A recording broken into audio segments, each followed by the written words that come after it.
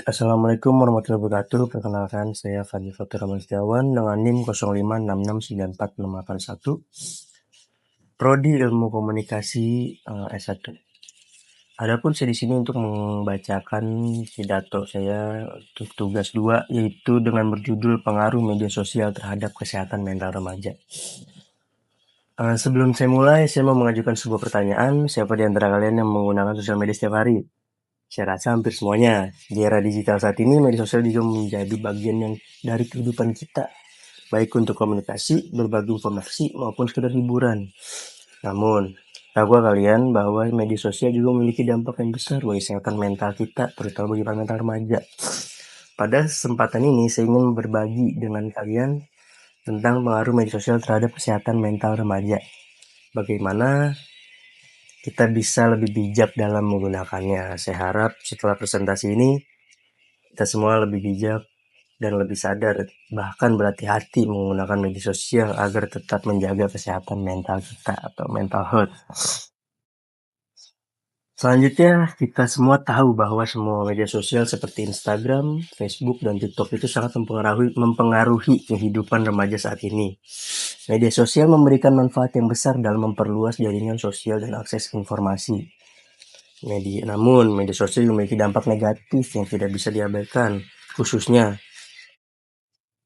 bagi kesehatan mental remaja. Berdasarkan sebuah artikel dari mum.co.id tahun 2021, remaja yang sering menggunakan media sosial berisiko tinggi mengalami masalah kesehatan mental seperti kecemasan, depresi, dan gangguan tidur.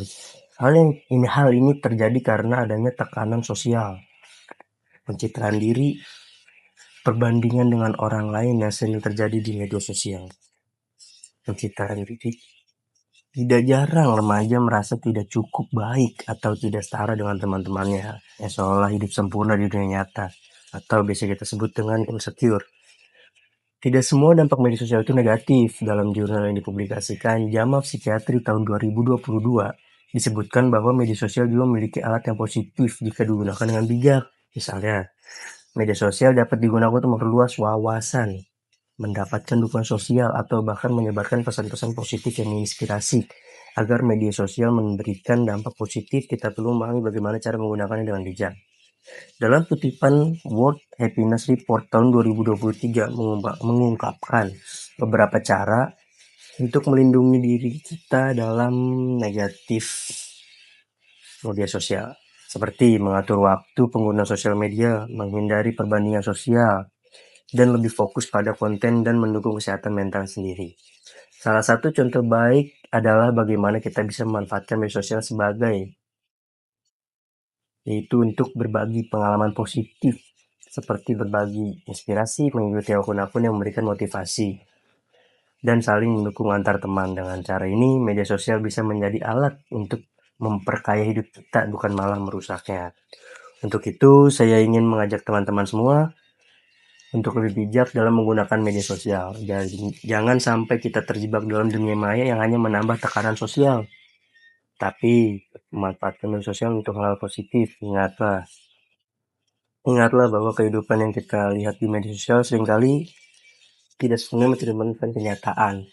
Sebagai penutup, saya ingin mengingatkan kita semua untuk selalu menjaga keseimbangan antara dunia maya dan dunia nyata. Gunakan media sosial dengan bijak, jangan biarkan itu mempengaruhi kesehatan mental kita. Terima kasih atas perhatian kalian. Semoga informasi ini bermanfaat dan menginspirasi kita untuk lebih cerdas dalam menggunakan sosial media. Kurang lebih mohon maaf. Wabillahi taufiq wal hidayah. Wassalamualaikum warahmatullahi wabarakatuh.